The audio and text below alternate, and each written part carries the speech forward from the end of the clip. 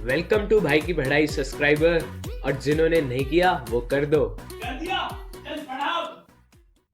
तो कहानी में नए हीरो की एंट्री होती है, पर तुम हिस्ट्री का चैप्टर देख रहे हो, कोई बॉलीवुड मूवी नहीं। तो इसीलिए इस हीरो की कोई हीरोइन नहीं है।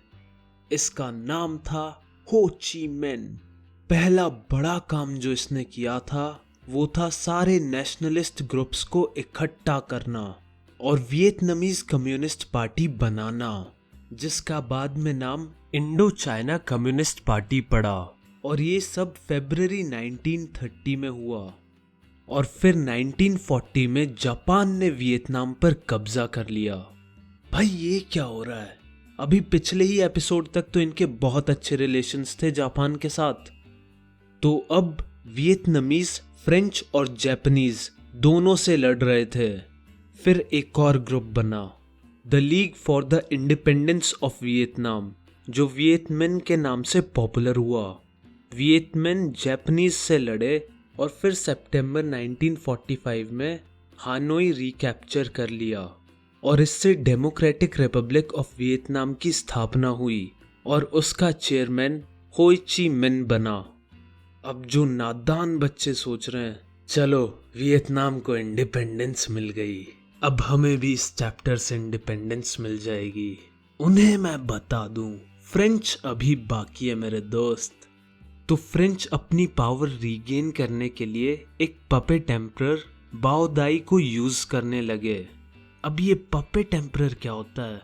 तो यारो इसका मतलब है बाओ दाई था तो वियतनामीज, पर फ्रेंच के इशारों पर काम करता था।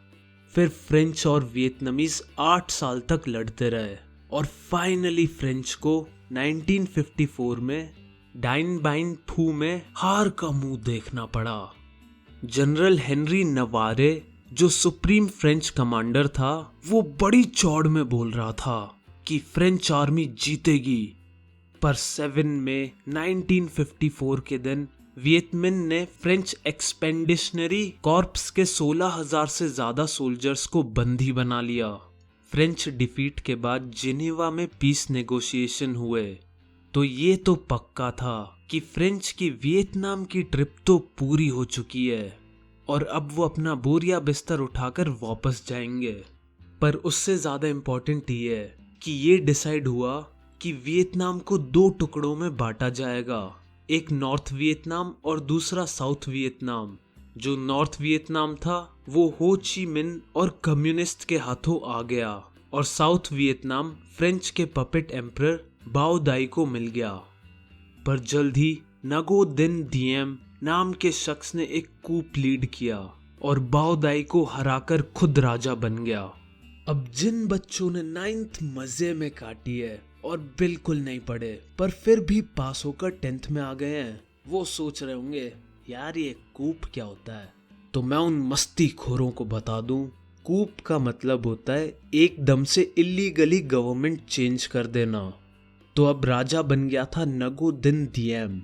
तो उसकी गवर्नमेंट से रिलेटेड 3 अहम पॉइंट्स है। पहला, दिएम ने एक रिप्रेसिव और अथॉरिटेरियन गवर्नमेंट बनाई।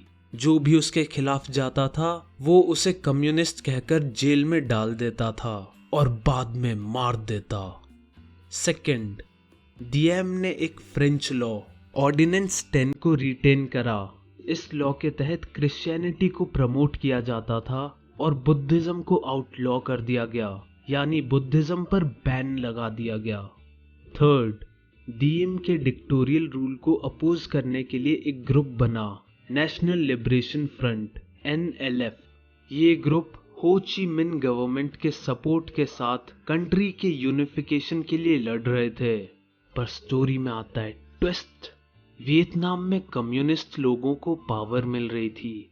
ये देख के USA के ऐस में बड़ी खुजली हुई और उसने बीच में टांग अड़ाने की सोची और अपने ट्रूप्स वियतनाम में भेज दिए। वॉर में US की एंट्री दोनों पर भारी पड़ी, वियतनामीज को भी और अमेरिकन्स को भी। 1965 से 1972 तक 34 लाख US लोगों ने वियतनाम में सर्व किया, जिसमें 7,484 वुमेन्स भी थी। यूएसए के पास एडवांस टेक्नोलॉजी और अच्छी मेडिकल सप्लाईज थी, तब भी बहुत सारी कैजुअलिटीज हुई।